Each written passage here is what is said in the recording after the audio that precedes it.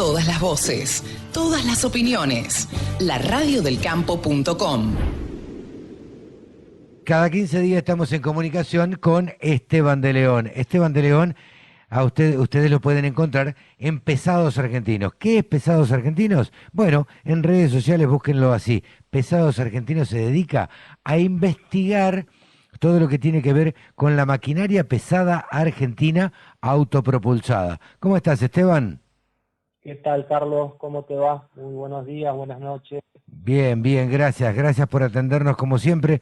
Y hablábamos por línea privada, me dijiste, vamos a charlar de Folguera, contar la historia de Folguera, una empresa cordobesa. Contanos qué fue Folguera. Para hablar de Folguera, hay que hablar también de otra empresa relacionada, en la cual eran a su vez una fusión de Folguera y Carpechini, que primero en Inrivil, un pueblo del este cordobés, estaban por separado estas dos empresas, cuyas siglas eran los acrónimos, o sea, CAFOTAME, o sea, Carpechini, Folguera, Talleres Metalúrgicos, Ujú.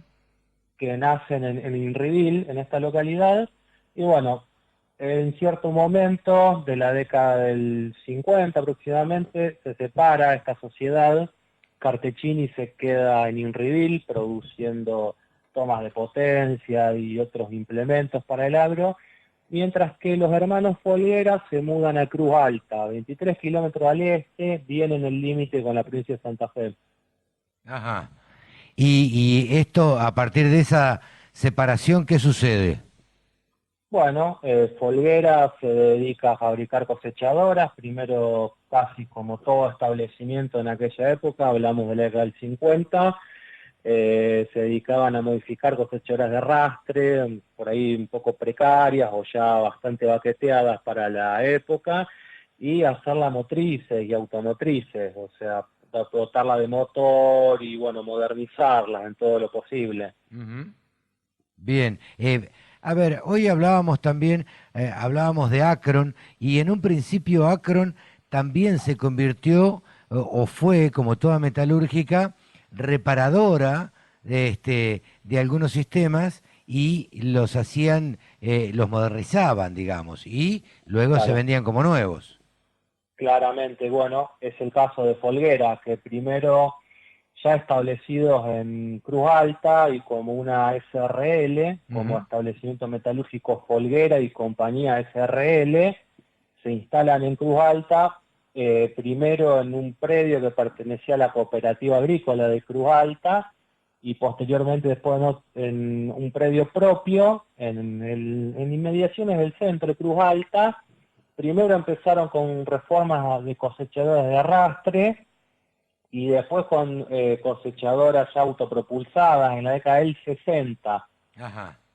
Bien, a partir del 60 empiezan a fabricar cosechadoras propias autopropulsadas, ¿no? Claramente, Bien, y sí, incluso no sé si fueron los pioneros, pero fueron uno de los pocos establecimientos que hacían picadoras de forraje autopropulsadas. ajá, En ese picadora de momento forraje. estaba, Vos la tenés sí. siempre con las picadoras de forraje. Charlamos siempre y siempre sale a la luz el tema de las picadoras. Las picadoras hoy no se ven ni por casualidad. No, es muy difícil porque ya la misma cosechadora por ahí con un cabezal diferente al de cosecha, con el que tiene discos, como vemos en la de Class, ya Claro. te pica el forraje Ajá. y no necesitas otra unidad o una maquinaria muy distinta de una cosechadora. O sea, ha No. avanzado tanto la tecnología y la técnica que ha permitido por ahí que una cosechadora sea muy versátil. Totalmente. Antes estábamos acostumbrados a ver las cortadoras también y las Y la cosechadoras pasaban, hileradora. la hileradora, claro, y la Sí, cosechadora después iba levantando por la hilera o iba cosechando por la claramente. hilera. Ahora eso Sí, obviamente no se hace más, hace mucho tiempo ya. no, se trata, viste, de tratar de ahorrar costos y tener todo en una máquina en lo posible. Claro. Volviendo a lo de Folguera, bueno, eran dos hermanos. Era José Folguera, que fue uno de los últimos hermanos vivos, que falleció lamentablemente en 2017, y el hermano mayor era Héctor Folguera. que fueron los dos creadores de la empresa y los dos de los que tuvieron la idea de mudarse a Cruz Alta. Ajá. Así que Folguera, bueno, también tenía una red ¿cómo es?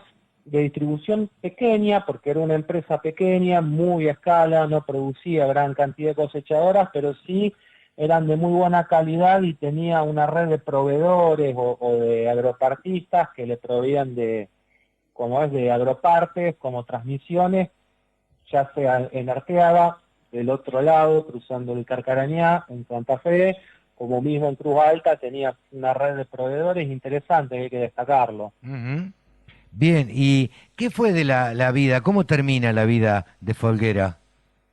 Y en la década del 65, en el año 1965, a mediados de la década del 60, empiezan a fabricar las picadoras automotrices de Ah, forraje de picado grueso con motores Perkins. Después en el 69 empiezan a exportar a Brasil y Uruguay principalmente. Ya no sé si en esos países ya tenían un poco más avanzado el tema de la soja, pero Folguera ya estaba investigando en eso. Y en la década del 70 producen el modelo más grande de cosechadora que tuvieron, que era el 518, que tenía 1,05 m de cilindro. ujú. Y era una empresa que por ahí no era muy reconocida o no era de las más grandes, como podían ser Basali, Rotania, Gema, Bernardín, etcétera, pero que solía participar bastante de las exposiciones rurales, tanto sea de Palermo como Rosario y Mm. otras tantas. Algún día te voy a preguntar, si es que tenés el dato, debe ser bastante difícil, pero aproximado. ¿Cuántas Ujú. cosechadoras fabricó, por ejemplo? Porque a mí me encantaría saber cuántas fabricó Rotania, cuántas fabricó la que hablamos la semana pasada, cuántas fabricó Folguera, para ver qué cantidad, este, si fue significativa la cantidad, en fin. Sí, lamentablemente, como a diferencia por ahí de los autos, tratando de hacer una analogía que existe ADEFA, que es la Asociación de Fabricantes de Automóviles y Sí, también camiones y buses, sí, aunque existe CASMA, no hay una especie de anuario en lo cual sus afiliados digan, bueno, se produjeron 20 cosechadoras, 10 tractores, 4 rastras, claro. 5 sembradoras. Lamentablemente no hay ese dato y son a veces datos muy internos de fábrica en los cuales uno tiene que confiar, pero estaría bueno instar a CAFMA y a otras asociaciones a que, ¿cómo es?, se dedicaran un poquito a difundir un poco cuál es la producción lo más discriminada posible de sus asociados. Eso sería muy buena idea, ya que lo mencionás. Claro, me parece que sí, lo que pasa es que datos históricos seguramente no vamos a tener datos de acá para adelante, o desde hace un tiempo se debe haber algún dato, debe haber... Igual, sí. Igualmente, haciendo un poco de arqueología siempre se puede encontrar algo, no sí, sería sí, muy raro, porque esta empresa estuvo activa hasta el año 1999, concretamente el 31 de diciembre del 99 dio por terminada su actividad industrial, cerrando sus puertas definitivamente. Después pasó a ser más un taller metalúrgico de los sucesores de José Folguera, y bueno, como número acá, tengo un número que fabricaron no más de 136 cosechadoras automotrices y más de 200 picadoras automotrices, bueno, ¿no? Era, sí, a ver, Esteban, 200 cosechadoras es un número bastante importante como para que, por ejemplo, se conserven algunas. sí, se conservaban algunas, muy difícilmente podemos verla alguna en venta en algún sitio, bueno, no quiero dar nombre en particular, pero sitio de venta del agro, digamos, o incluso en grupos de Facebook, pero había algunos remanentes e incluso cosechadoras que no se llegaron a producir por el cierre de la empresa en el predio de la Claro, empresa. Yo claro. fui y lo conocí personalmente a José Folguera y la verdad que fue el que nos facilitó muchas de las imágenes que tenemos en el artículo y estos datos incluso. Ajá. Así que pude conocerlo en persona y él incluso tenía guardada alguna de estas picadoras de forraje.